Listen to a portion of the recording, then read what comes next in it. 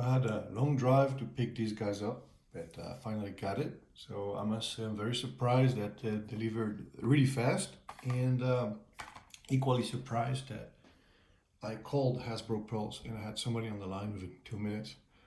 Very helpful people, so I'm surprised. Let's look at it. So first of all, the box. My favorite Snake Eyes, great art, except I don't know, they're about to kiss or something. Very romantic. You know, unfortunately, this bothers me. His feet, it looks like, he's like laying on a bed and dangling his feet in the air. Uh, yeah. Kind of weird how then we have the original Snake Eyes in there, but it's okay. People have complained about the cards. They are really thin, so it's not the same card stock. And then the multilingual stuff, I suspect that Hasbro is stuck. They cannot do otherwise to sell it in other countries. For legal reasons, they must have other language in English. I know in Canada, for example, you must have the French.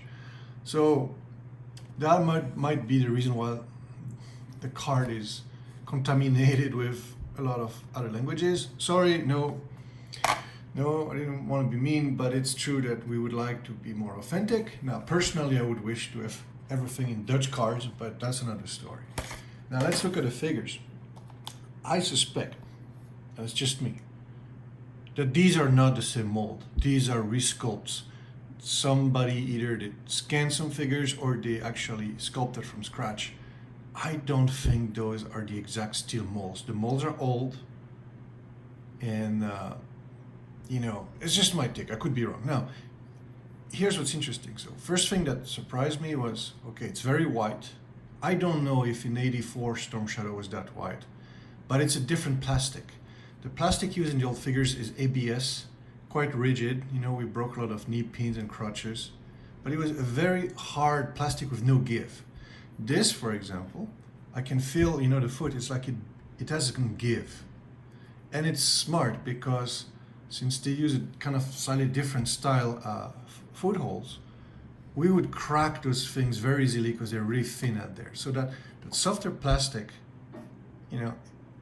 that's good, meaning, and same with the knees, they're a bit stiff and awkward, but it means they're not going to break. The crutch, let's try it too. Yeah, it looks like we're going to have some good crutches there. Another thing too is the finish. It's got a matte finish, unlike the old one with the gloss, but the material itself is different. So the good is that it holds the pose. See how this may be the tightness of the metal ball in the leg, but it has a different feel. While the old one, the leg would come back. It didn't hold as well. I mean, this one does. Some people complain about the face treatment. Well, I had a similar grime with Firefly, that it looks sad, or Cobra Commander, and as a child and using your imagination we would try to project in our mind that the artwork was what the personality was. If I never saw the artwork and had the figure, it would look like a sad sap. But it's okay. I did some research about Canon films and Menahem Golan and stuff, and sorry to all you Larry Hama fans and Ron Rudat fans out there, respect their work, but the reality is they got inspired by things that were around, and after watching this movie, and looking at Ron Rudat's sketches for their Snake Eyes, I cannot get this out of my mind, but this is Charles Bronson and this is it Frank Nero? So, hey, whatever floats your boat. Okay. So this figure, a couple of things that strike me is that the shoulder pins stick out a lot and they're flat, as opposed to the original rivets are domed, so they kind of fit the curvature a bit better. Don't want to be picky, but it's the first thing my eyes caught up. The second thing that my eye caught up is that the attempt of masking the pins doesn't really match. So on camera, it fits. With my true eyes, the elbow paint put on the pin is actually very pink, and the flesh tone is yellow, so it looks like some child applied some gouache paint there. That's how my eyes saw it the first time I saw it. So I wouldn't say I'm disappointed or criticizing it. It's just what my eyes picked up. Another thing that I really noticed when I took the figure out is the feel. When you bend the elbows, they're really soft and smooth and weird. While the Joe figures, typically the metal rivet has some pressure, and especially when the figure is new, it's really stiff. And then when it gets loose, it gets completely loose. And it's just the nature of how the rivet is pressed in the plastic. I don't know what's going on here, but it's got this smoothness which is unusual, let's put it this way. And then in contrast, okay, so the elbows are smooth as well. In contrast, the knees, because they definitely have a different pin in there or different material, the knees are awkward. They bend difficultly, and it's like there's almost like detente, that they don't, some spots are soft, some stuff are stiff. And much worse with snake eyes, for example. So it's like, it's smooth, and then you hit a hard spot, and you have to go past the hard spot, and the last end is actually a bit stiff. Again, I suspect that these are complete resculpts. They try to mimic the original one, but I doubt that they had the original mold, and the molds are old, and the original mold were probably carved by hand or a different method that they had. So I think this is modern technology, an attempt to recreate as close as they can. They might have scanned some original figures.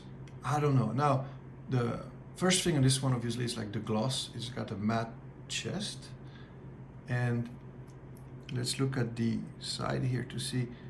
This is why I think it's a different sculpt. Look at the lanyard where it goes down. So yeah, it's, like I said, those are resculpts. I'm okay with it.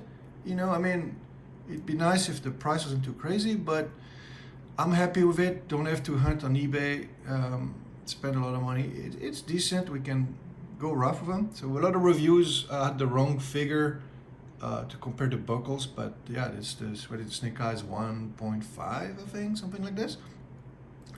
So, gotta cherish the efforts. At least we have something else, and we can play rough with those figures.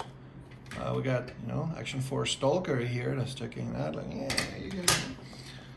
I don't know what to think about the extra accessories. Credit to Mark Pennington, my favorite artist on G.I. Joe stuff, that made the Snake Eyes version free, the '89 version. Why is this in? I don't know. On the weapons, again, like I said, it's I suspect it's a resculpt. Notice that it's not the same mold. It's flatter.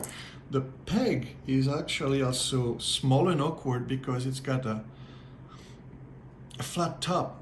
We're used to the Joe backpacks to have this roundness, so when you put it in, it's easier to locate. So what is a little awkward here is the peg is shorter, different, so they're not, doesn't look like they're really super compatible with the classics. Let's try. And see, it doesn't fit. So the new backpack doesn't fit in the old Storm Shadow. And it's okay, I mean, we're not going to interchange, but it is interesting that they, to me, it appears that they try to make the hole a little smaller and a little more elegant. And if you remember, on a lot of our old G.I. Joes, the backpacks did not fit all the way. The peg would be too long, and if you keep on pressing, you would shatter the torso, especially 30 years later. So this is from engineering reasons, we'll respect that. Now let's look at the material. So my gram with the old Storm Shadow is you would bend the swords if you put them wrong or store them wrong, and people had bows cracking, and so here's the old one. So they made the bowstring thicker. The material is much softer, so this is a welcome that the nunchuk is really flexible. So it's look at me, I can do noobs. Look at that, right? So that's kind of cool. More durability, so definitely it's been addressed, because I think that the old Storm Shadows bows and arrows would break. Look at that. So the feel. So we look at the old vintage pack. Oh man, this is golden. This is unique. It's softer material. It's friendlier.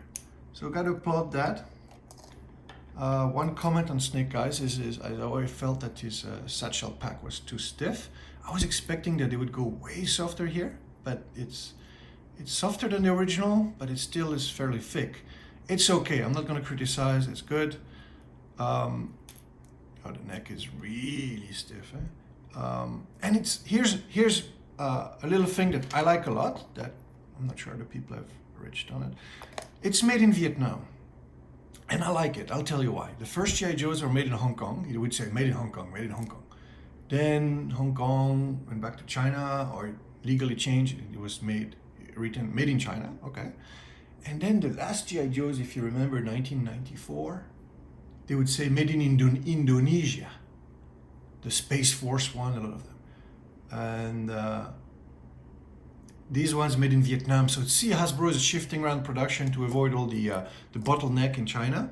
So made in Vietnam makes it to me very interesting. It's unique. It's a beautiful country.